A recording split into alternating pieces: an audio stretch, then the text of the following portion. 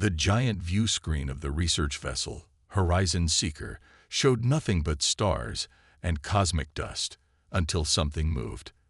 At first, Captain Jack Stone thought his eyes were playing tricks on him. The movement was too big to be real, like watching a mountain decide to go for a swim. "Sir," the sensor operator called out, her voice shaking. "You need to see these readings." The bridge crew gathered around her station, including Tom Walker, the ship's lead researcher. The readings showed something impossible. The living creature, over 2 kilometers long, moving through the vacuum of space as easily as a fish through water. "Fascinating," Walker whispered, pressing his face closer to the screen. His weathered features lit up with excitement while the alien diplomats aboard the ship backed away in horror. The creature looked like a cosmic serpent, its body wrapped in scales that seemed to be made of living metal. It glowed with a soft blue light, pulsing gently as it moved through the void. As they watched, 2 more emerged from behind a cloud of stellar dust. Ambassador Trill, the blue-skinned representative of the Galactic Council, clicked his mandibles nervously. "Captain Stone, we must leave this sector immediately. These void demons are known to our people. They bring only death." But Walker wasn't listening. He was too busy studying the creature's movement patterns. "Look at this," he said, pointing to the sensor readings. "They're not random. They're following the solar wind currents. And see these energy signatures. They're feeding on stellar radiation." The alien diplomats exchanged worried looks. Their species had always avoided these regions of space, marking them as death zones on their star charts. Yet here were the humans, barely a century into space travel, acting like excited children at a zoo. "Captain," Walker said, turning to Stone with that gleam in his eyes that usually meant trouble, "request permission to launch an observation drone." Before Stone could answer, Ambassador Trill stepped forward. "This is madness. Those creatures have destroyed entire fleets. They are mindless devourers of ships and souls." Stone looked at the ambassador, then back at Walker, then at the massive creatures gracefully gliding through space. He remembered reading about how humans once thought the same about wolves, bears, and elephants. Now those animals were humanity's oldest friends. "Launch the drone," Stone ordered, "but keep our distance." The small drone zipped out from the Horizon Seeker's launch bay, its cameras focused on the nearest space worm. Walker controlled it manually, moving it in a slow, non-threatening approach pattern. The creature noticed the drone and turned its massive head, if you could call it a head, toward it. Everyone on the bridge held their breath. Ambassador Trill's skin turned a pale shade of gray. The space worm drew closer to the drone, its body rippling with waves of blue light. The sensor operator gasped as new readings filled her screen. "Sir, it's generating controlled gravitational pulses." Walker's eyes widened. "They're not just surviving in space," he said excitedly. "They're manipulating spacetime itself. Those pulses, they must be some form of communication." As if to confirm his theory, another worm responded with its own pattern of gravitational waves.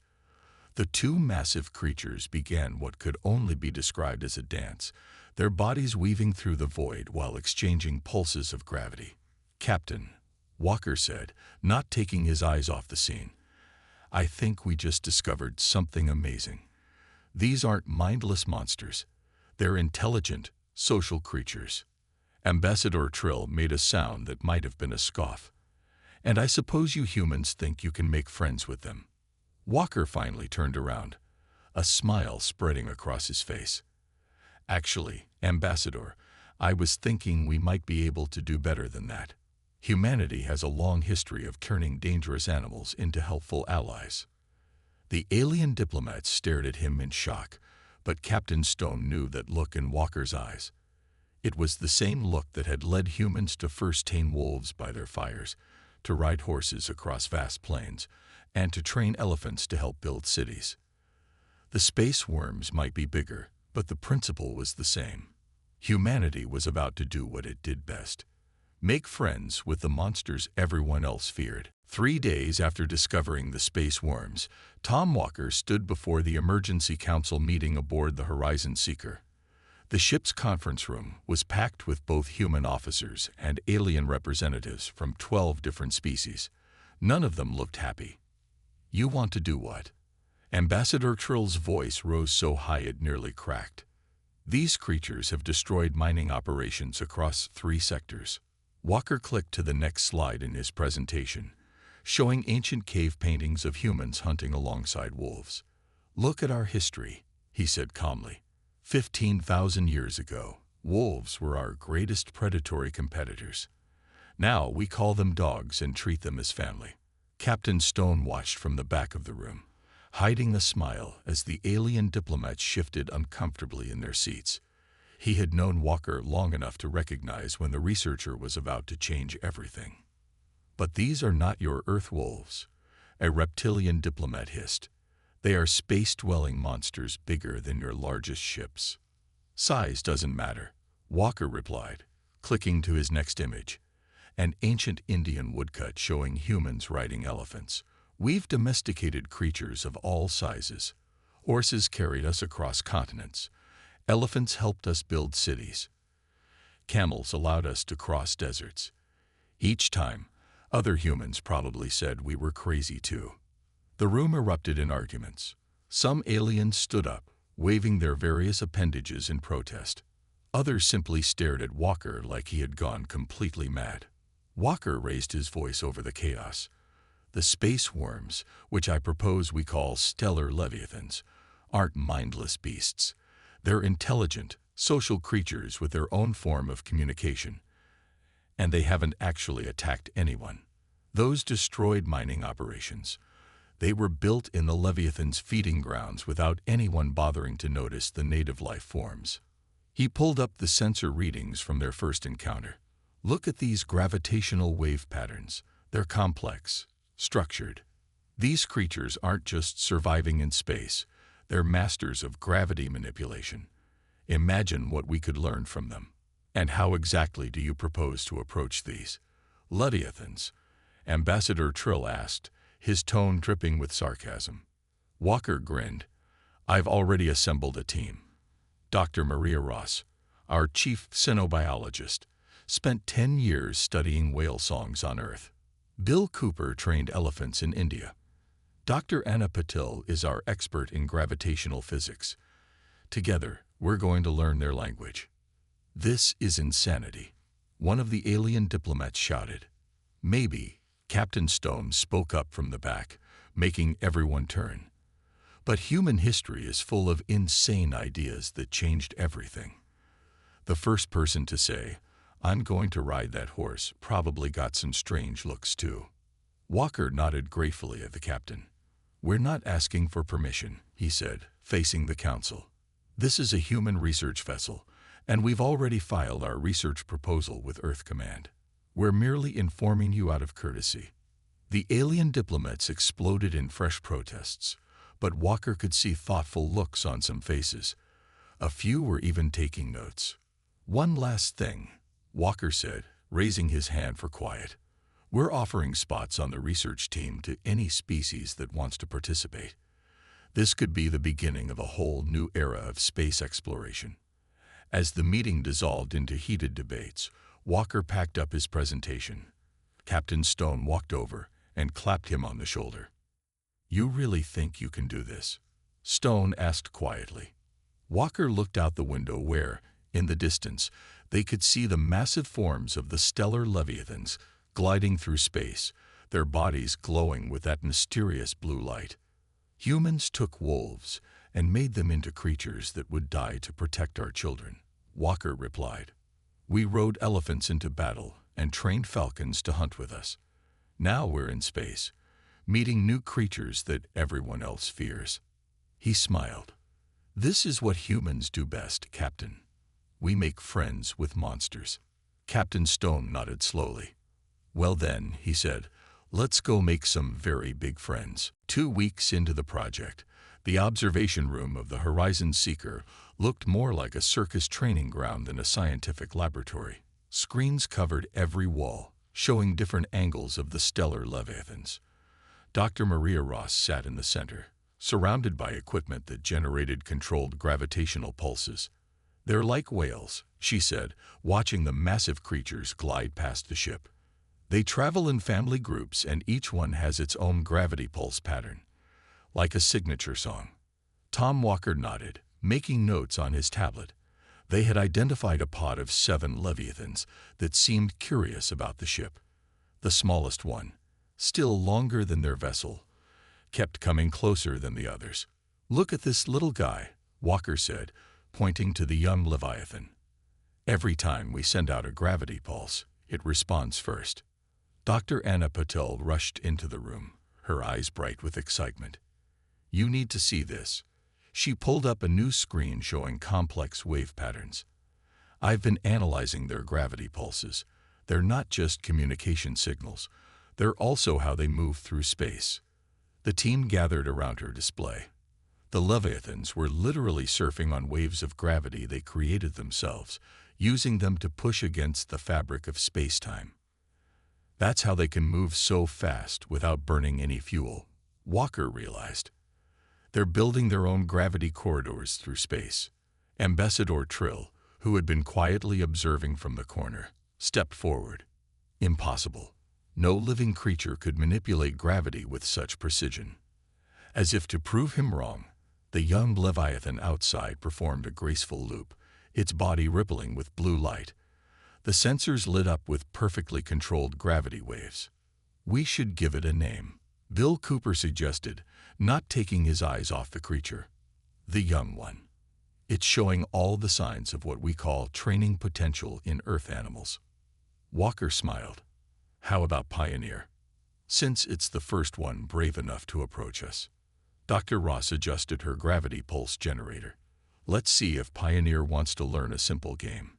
She sent out a short pulse pattern, 3 quick waves followed by a pause. Everyone held their breath.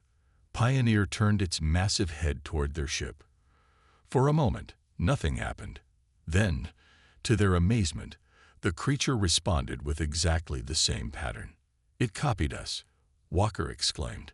"Try another pattern." Ross sent a different sequence. Again, Pioneer repeated it perfectly.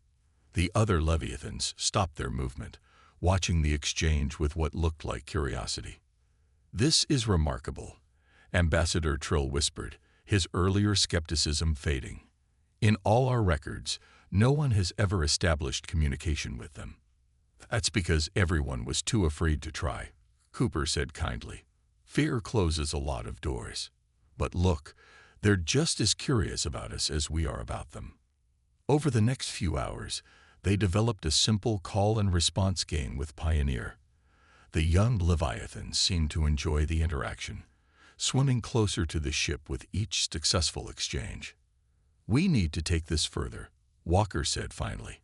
"Dr. Patel, how close are you to finishing the gravity harness?" "The prototype is ready," she replied. "But are you sure? It's designed to let a small ship sink with their gravity waves, essentially letting us ride along with them. But one wrong move." Walker looked at the screens showing Pioneer playfully copying their signals. "They're not just intelligent. They're playful, social, and curious. Everything we look for when domesticating Earth animals. Pioneer is practically begging to make friends." "And if you're wrong?" Ambassador Trill asked. "Then I'll be the first human in history to be eaten by a space worm," Walker replied with a grin. "But I don't think that's going to happen. Look at Pioneer. It's already learning our patterns. Now it's time for us to learn to move the way they do."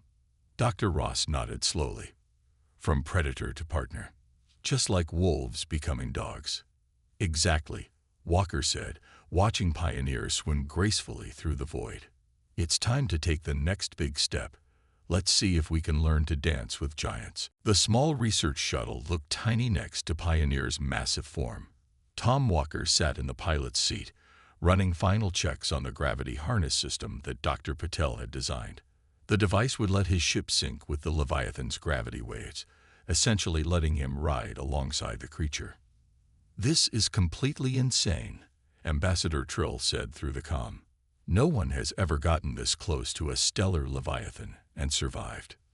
There's a first time for everything, Walker replied, trying to sound calmer than he felt.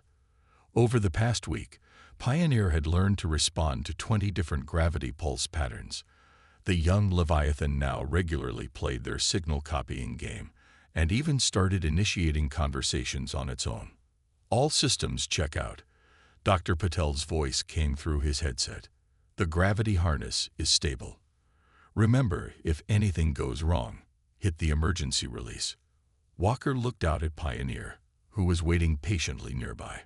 The creature's blue bioluminescence pulsed in a gentle rhythm they had come to recognize as a friendly greeting. Beginning approach, Walker announced, easing the shuttle forward. Sending the friendship signal. He activated the gravity pulse generator, sending out the specific pattern they had used in all their training sessions with Pioneer. The massive space worm responded immediately with the same pattern, its body rippling with excited light. "Good boy," Walker muttered, even though he knew Pioneer couldn't hear his voice. "Nice and easy now." The shuttle crept closer. At 50 meters, Walker activated the gravity harness. The device hummed to life, reaching out to sync with Pioneer's natural gravity field. Warning lights flashed across his console as the shuttle's artificial gravity fluctuated. "Walker, your ship's being pulled in," Captain Stone's worried voice cut through the comm. "That's supposed to happen," Walker replied, fighting to keep his hands steady on the controls. "Pioneer's creating a gravity corridor. We're going to ride it." The shuttle shuddered as it entered Pioneer's gravitational influence. For a moment, Walker felt weightless. Then, with a gentle pull, his ship settled into a stable orbit around the massive creature, like a tiny moon around a living planet. "Gravity sync achieved," he reported, checking his instruments. "Pioneer's holding steady. Beginning Phase 2. Walker sent another pulse pattern, the signal they had trained Pioneer to recognize as a request to move forward. For several tense seconds, nothing happened. Then, with graceful slowness, Pioneer began to glide through space. The shuttle moved with it perfectly, riding the creature's gravity waves like a boat on the ocean. Walker let out a breath he hadn't realized he was holding. "It's working," Dr. Ross exclaimed over the comm. "The gravity sync is holding. How does it feel?" "Amazing," Walker answered, watching stars streak by as Pioneer picked up speed. "It's like sailing, but in 3 dimensions. Pioneer is doing all the hard work. I'm just along for the ride." The other Leviathans in Pioneer's pod moved closer, curious about this strange new development. Their massive bodies created a forest of living starships around the tiny shuttle. "They're not afraid," Ambassador Trill said, his voice filled with wonder. "They're accepting your presence." Walker grinned as Pioneer performed a gentle roll, the shuttle staying perfectly sensed through the maneuver. "They're social creatures, Ambassador. Once they understand you're not a threat, they want to be friends." Over the next hour, Walker and Pioneer moved through space together, the bond between human and space worm growing stronger with each successful maneuver. Other Leviathans began copying Pioneer's movements, creating a synchronized dance of giants. When they finally returned to the Horizon Seeker, even the most skeptical alien observers were taking notes. Several were already requesting to join the next test flight. "Well done, Pioneer," Walker said as he disconnected the gravity harness. The young Leviathan responded with a complex pattern of gravity pulses that their computers translated as excitement and satisfaction. "You know what this means?" Captain Stone asked as Walker docked the shuttle. Walker nodded, unable to stop smiling. "It means we just took the first step toward a whole new way of traveling through space, and we made a very big friend in the process." The emergency alarm blared through the Horizon Seeker at 3 in the morning. Tom Walker ran to the bridge, still pulling on his uniform jacket. Captain Stone and Ambassador Trill were already there, staring at a red warning light on the main screen. "What's happening?" Walker asked, trying to catch his breath. "Solar storm," Stone replied grimly. "A big one. The mining colony on Delta Station is right in its path. They've got 300 people there, and their shields won't hold against something this size. Walker studied the data scrolling across the screen. The storm was massive. A wall of deadly radiation rushing through space. Regular ships would take 4 hours to reach the station. The colonists had less than 2. "How many rescue ships are in range?" he asked. Ambassador Trill's face showed deep worry. None that could reach them in time. The radiation would destroy any vessel that tried to approach before the storm hits. Walker looked out the viewport where Pioneer and its pod were swimming through space nearby. Over the past month, they had successfully completed 50 test flights with the gravity harness. Pioneer could now respond to complex commands, and the other Leviathans were learning too. "The Leviathans," Walker said suddenly. "They eat radiation. The storm wouldn't hurt them at all." Everyone on the bridge turned to stare at him. "You want to use the space worms as rescue ships?" Stone asked incredulously. "Why not? Pioneer's gravity corridor could protect a shuttle all the way to the station. We could evacuate everyone before the storm hits." Ambassador Trill stepped forward. "You've only done test flights. This would be completely different. Multiple ships, hundreds of passengers, all while racing against a solar storm." "We don't have a choice," Walker argued. "Those people will die if we don't try." Captain Stone looked at the warning screen, then at the Leviathans outside. "How many shuttles could each worm carry safely?" "At least 3 in each gravity corridor," Walker replied quickly. "With 7 Leviathans, we could move 21 shuttles, more than enough to evacuate the station." Stone nodded slowly. "Do it. But I'm coming with you on the first run." The next hour was organized chaos. They loaded every shuttle they had, and Walker sent out the emergency signal to Pioneer. The young Leviathan responded immediately, and its whole pod moved into position. "Remember," Walker told the nervous shuttle pilots, "stay in formation. The Leviathans will handle the hard part. Just maintain your position in their gravity corridors." As they launched, Walker could see the storm approaching, a wall of deadly purple light stretching across space. Pioneer led the way, creating a protective gravity tunnel that the other Leviathans quickly learned to copy. The shuttles fell into formation, 3 behind each massive space worm. They crossed the distance in record time, the Leviathan's natural ability to manipulate gravity letting them move faster than any regular ship. As they approached Delta Station, Walker could see the fear in the colonists' faces turn to amazement as they watched their rescue arrive. "Are those space worms?" one colonist asked as they boarded Walker's shuttle. "Those are our friends," Walker replied proudly, "and they're about to save your lives." The evacuation moved with surprising speed. The colonists were too desperate to argue about riding with giant space worms. As the last shuttle pulled away from the station, the storm's edge arrived, bathing everything in purple light.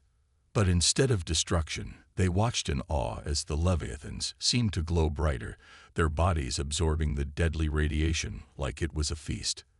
The gravity corridors held steady, protecting the shuttles all the way back to safety.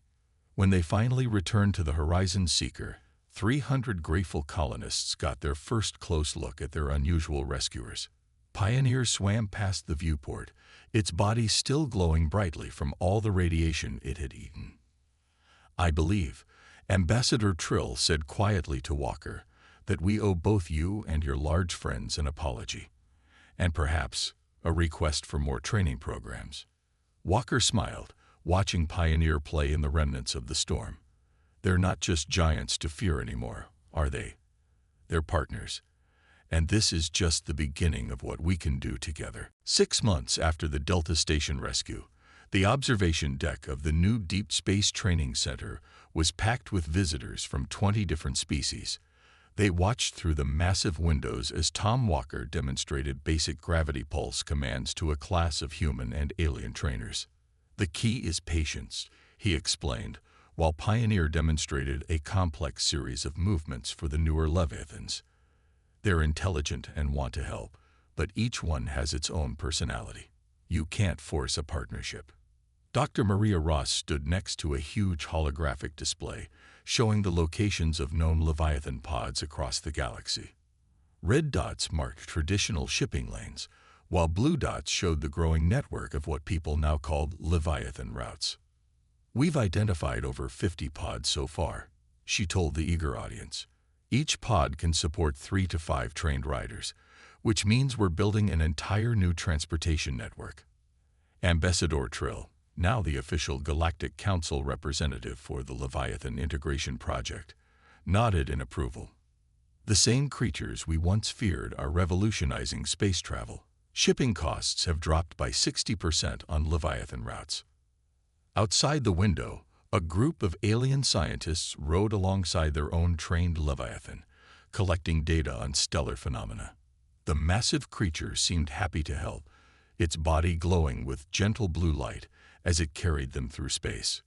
"Watch this," Walker said proudly, sending out a specific pattern of gravity pulses. Pioneer responded immediately, creating a stable gravity corridor. 3 other Leviathans joined in, forming what looked like an invisible tunnel through space. "They're building a travel lane," he explained. 4 Leviathans working together can create a gravity corridor big enough for a cargo ship. They'll maintain it for hours, and they actually enjoy the work. It's like a game to them. A nervous-looking alien raised one of its tentacles. "But how do you prevent them from eating the ships?" Walker laughed. "They never ate ships in the first place. Those destroyed mining operations we heard about. The Leviathans were just trying to protect their feeding grounds. Once we learned to communicate with them, we discovered they're gentle by nature." Dr. Patel, who had been working on an improved version of the gravity harness, stepped forward. "We've also learned so much from them. Their natural ability to manipulate gravity is teaching us things about space travel we never imagined. Look at this." She pointed to a new ship under construction nearby. Its design was clearly inspired by Leviathan biology, with special channels built to create and direct gravity waves. "The next generation of ships will use artificial gravity corridors, just like the Leviathans do," she explained. "No more wasteful rocket fuel. We're literally rebuilding our technology based on what they've taught us." Through the window, they could see the first Leviathan ranch, a massive space station designed specifically for training and housing the friendly giants. Young Leviathans played near the station, practicing their gravity pulses with trainers, while older ones helped guide ships through nearby space lanes. 6 months ago, these creatures were considered monsters, Ambassador Trill remarked. "Now look, they help us travel, they protect our ships from radiation, they teach us about space, and all because humans were crazy enough to try making friends." Walker watched as Pioneer finished its demonstration and swam over to the window. The massive creature had grown even larger, but its gentle nature remained the same. It pulsed a grating pattern that made all the new visitors gasp in wonder. "We're expanding the program to every major sector," Walker said. "The Leviathans are natural space travelers, and they enjoy having a purpose. Working with us gives them new things to do, new places to explore. It's a true partnership." Outside, more ships arrived carrying potential trainers from distant worlds. Each of them had seen the videos of the Delta Station rescue, and each wanted to learn the human way of turning feared monsters into helpful friends. "The galaxy's a lot smaller now," Walker said, watching Pioneer guide a cargo ship into its gravity corridor. "And a lot friendlier, too. Thanks to our big space friends." 10 years had passed since Tom Walker first reached out to Pioneer. Now, standing on the observation deck of the Galactic Council's new Leviathan Research Center, he could hardly believe how much had changed. "Ready for the anniversary celebration?" Captain Stone asked, walking up beside him. The captain had grown older, his hair now completely gray, but his eyes still sparkled with the same excitement from their first encounter with the space worms. "Almost," Walker replied, watching Pioneer glide past the window. The Leviathan had grown to nearly 4 kilometers in length, making it one of the largest known specimens. Yet it still came every time Walker called, still played their old gravity pulse games. Hard to believe anyone was ever afraid of them. Stone said, as Pioneer created a gentle gravity wave that made the stars seem to dance. The observation deck slowly filled with delegates from across the galaxy. Many wore the distinctive blue uniform of Leviathan trainers, a program that now included members of 32 different species. Dr. Ross and Dr. Patel were there too, along with Ambassador Trill, who now headed the Galactic Council's Leviathan Relations Department. "Attention, everyone," Walker called out. "Pioneer has something special to show us." Outside, Pioneer began to move in a complex pattern. 6 other Leviathans joined in, their massive bodies weaving through space in perfect coordination. As they moved, they created intersecting gravity corridors that formed a huge, stable transportation network. 10 years ago, this would have seemed impossible, Walker said to the gathered crowd. Now we have over 500 trained Leviathans helping us explore and connect the galaxy. They've made deep space travel safer, faster, and cheaper than we ever imagined. On screens around the room, images showed Leviathans at work across the galaxy. They helped build space stations, protected ships from solar storms, created stable travel lanes between distant systems, and even assisted in scientific research. Their ability to sense gravity waves had led to the discovery of dozens of previously unknown phenomena. But more importantly, Walker continued, we've learned that the universe isn't as hostile as we thought.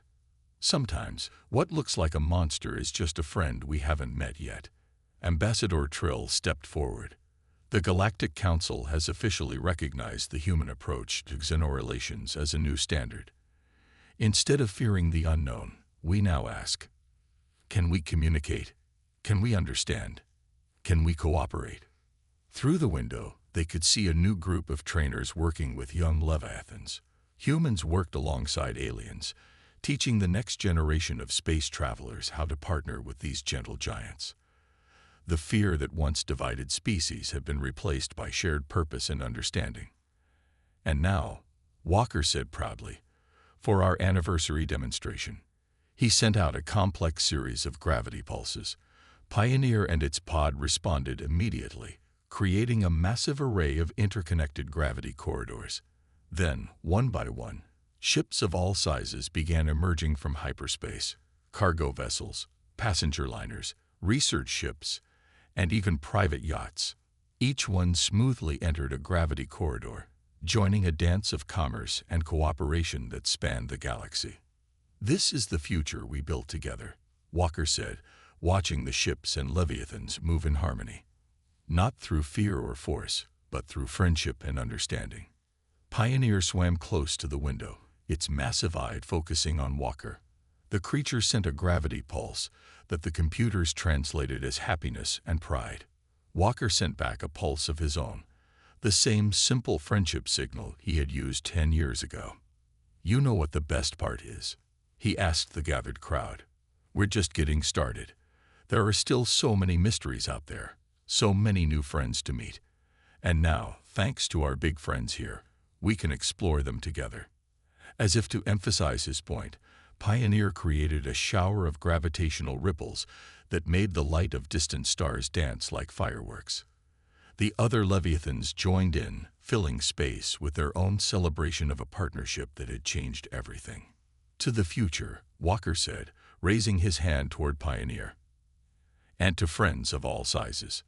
The massive space worm pulsed happily in response, its body glowing with that familiar blue light that had once terrified so many. Now it was a beacon of hope, a symbol of what was possible when fear gave way to friendship.